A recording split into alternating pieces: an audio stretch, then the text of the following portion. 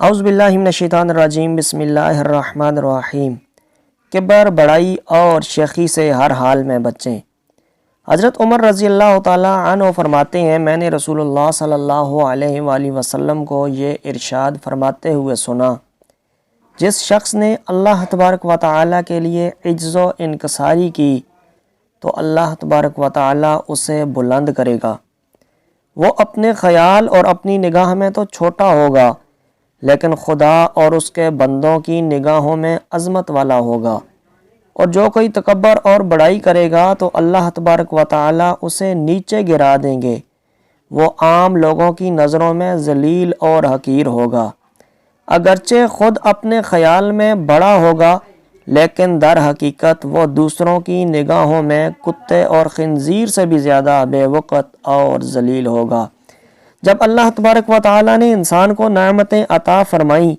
تو اس سے متعلق انسانی کردار کی خوب تربیت فرمائی کہ دیکھو یہ نعمتیں میرے بتائے ہوئے طریقوں کے مطابق استعمال کرو اور میرا شکر ادا کرو۔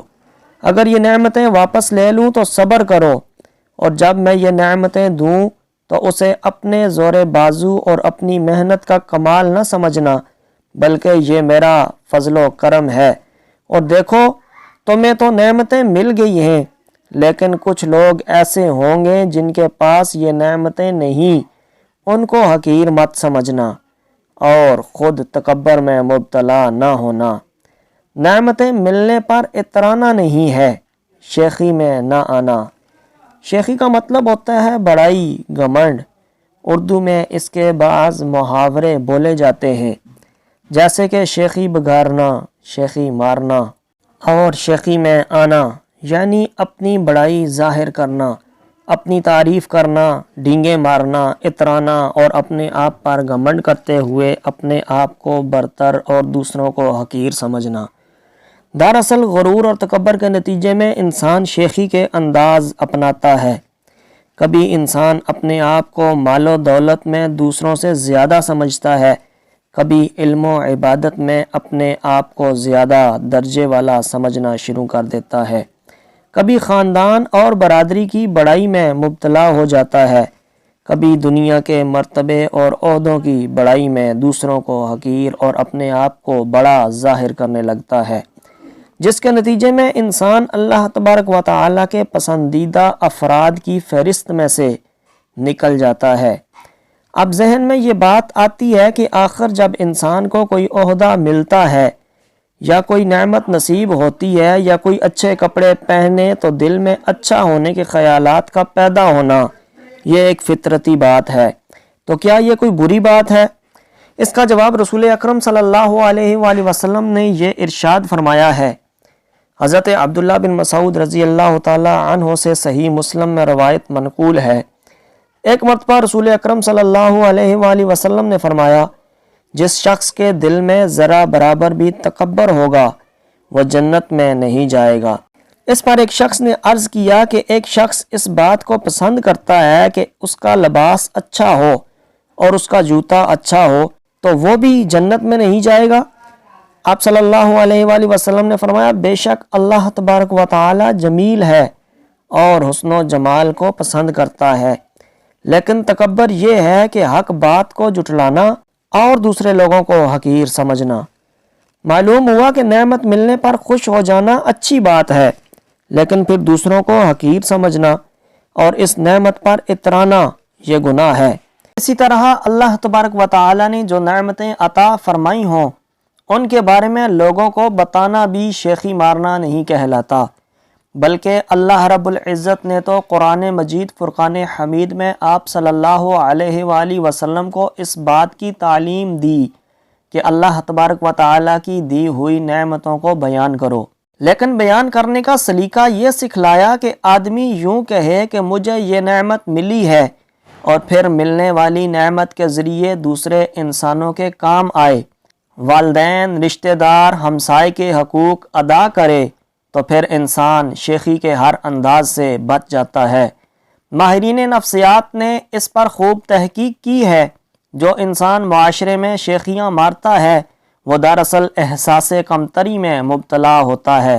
اور شیخی کے انداز اپنانے والے شخص کی معاشرے میں کچھ بھی عزت نہیں ہوتی۔ بظاہر لوگ اس کے معاشرتی مرتبے کی وجہ سے اس کے سامنے خاموش رہتے ہیں یا اس کی بڑی آؤ بھگت کرتے ہیں، لیکن کسی کے دل میں بھی ایسے انسان کی کوئی ذرا برابر بھی عزت نہیں ہوتی۔ امام غزالی رحمۃ اللہ تعالی علیہ نے شیخی مارنے کے مختلف انداز و اطوار کا تجزیہ کرتے ہوئے لکھا ہے، اہل علم اور عبادت گزار لوگوں کی شیخی مارنے کا انداز مختلف ہوتا ہے۔ وہ لکھتے ہیں کہ جب کسی کو علم نصیب ہوتا ہے تو منہ سے یہ جملے نکلنے لگتے ہیں، دیکھیں فلاں شخص کو یہ بات بھی معلوم نہیں اور اسے تو یہ بھی نہیں پتہ، گویا وہ اپنے ہم مجلسوں کو یہ بتانا چاہتا ہے کہ مجھے یہ سب کچھ معلوم ہے اور لوگوں کو ان چیزوں کا پتہ ہی نہیں۔ اسی طرح شیخی کا یہ انداز بھی انسان کو دوسرے انسانوں کی نگاہوں میں گرا دیتا ہے۔ جب پابندی سے نماز پڑھنی شروع کی تو اب لوگوں کے سامنے بڑا بڑا لگتا ہے کہ میں نمازیں پڑھتا ہوں، لیکن اس میں شیخی کا انداز یہ آ جاتا ہے کہ دیکھیں جی فلاں نماز ہی نہیں پڑھتا اور میں نماز پڑھتا ہوں۔ یا حج اور عمرہ کر کے جب انسان واپس آئے تو زبان سے یہ کلمات نکلنے لگتے ہیں، دیکھیں فلاں کے پاس اتنا پیسہ ہے لیکن وہ حج پر نہیں جاتا۔